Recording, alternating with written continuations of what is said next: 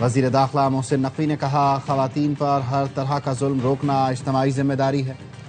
بلاول بھٹو زرداری نے کہا خواتین پر تشدد انسانی وقار پر حملہ اور معاشرے کی اخلاقی ناکامی ہے۔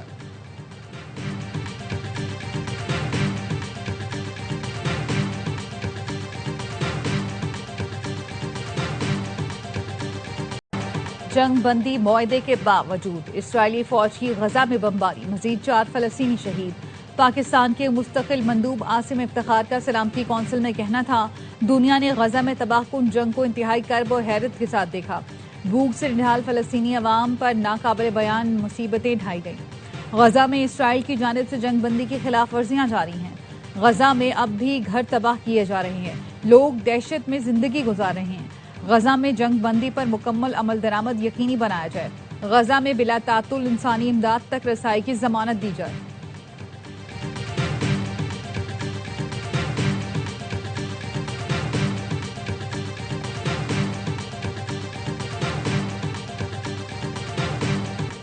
مسلمانوں کے خلاف تعصب اور ہندوتوا سوچ سے مقبوضہ کشمیر کی جامعات بھی محفوظ نہیں۔ بی جے پی کا دعویٰ ہے مقبوضہ کشمیر کی جامعات ہندوؤں کے چندے سے چلتی ہیں، اس لیے ان میں مسلمان طلبہ کو داخلہ نہ دیا جائے۔ داخلہ اسے ملنا چاہیے جسے ماتا سے عقیدت ہو۔ جامعہ کی 50 نشستوں پر 42 مسلم طلبہ کامیاب ہوئے تھے۔ بی جے پی نے امیدواروں کی فہرست مسترد کر دی اور اس کے خلاف میمورنڈم گورنر کو بھیج دیا، جس میں وشنو دیوی یونیورسٹی میں تمام داخلوں کو ہندو طلبہ کے لیے مخصوص کرنے کا مطالبہ کیا گیا۔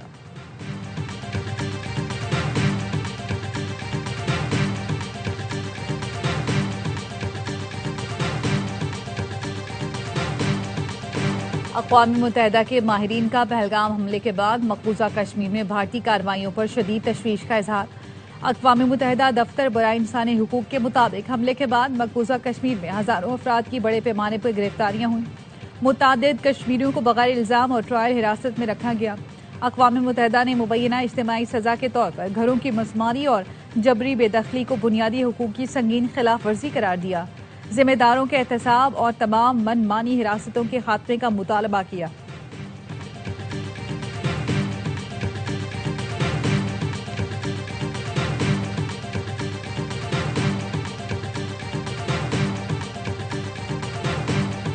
ملک کے بالائی علاقوں میں سردی رنگ دکھانے لگی۔ اسکردو میں درجہ حرارت -10 اور گلگت میں -6 تک گر گیا۔ کوئٹہ کا درجہ حرارت -4 تک جا پہنچا۔ چند روز کے دوران شمالی علاقوں میں درجہ حرارت میں مزید کمی کا امکان۔ پنجاب اور خیبر پختونخوا کے میدانی علاقوں میں دھند کی شدت میں اضافہ متوقع۔ ایتھوپیا میں پھٹنے والے آتش فشاں کی راکھ پاکستانی فضائی حدود سے نکل گئی۔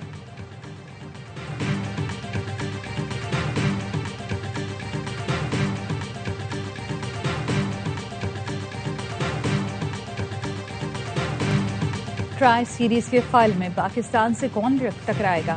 سری لنکا اور زمبابوے مد مقابل۔ زمبابوے جیتا تو سری لنکا باہر۔ آئی لینڈرز کو ہر صورت جیت درکار۔ بڑے مارجن سے کامیابی بھی سری لنکا کی فائنل میں رسائی کا امکان روشن کر دے گی۔ زمبابوے نے سیریز کے پہلے گروپ میچ میں لنکن شیروں کو آؤٹ کلاس کیا تھا۔ اور آئی سی سی T20 ورلڈ کپ کا شیڈیول آج جاری کرے گا۔ کریک انفو کے مطابق پاکستان کو بھارت، امریکہ، نمیبیا اور نیدرلینڈز کے گروپ میں رکھا گیا ہے۔ پاکستان اور بھارت کا مقابلہ 15 فروری کو کولمبو میں ہوگا۔ ایک سیمی فائنل ممبئی، دوسرا کولکتہ یا کولمبو میں ہوگا۔ 20 ٹیمیں ایک ٹرافی کے لیے 7 فروری سے 8 مارچ تک بھارت اور سری لنکا میں پنجہ آزمائی کریں گی۔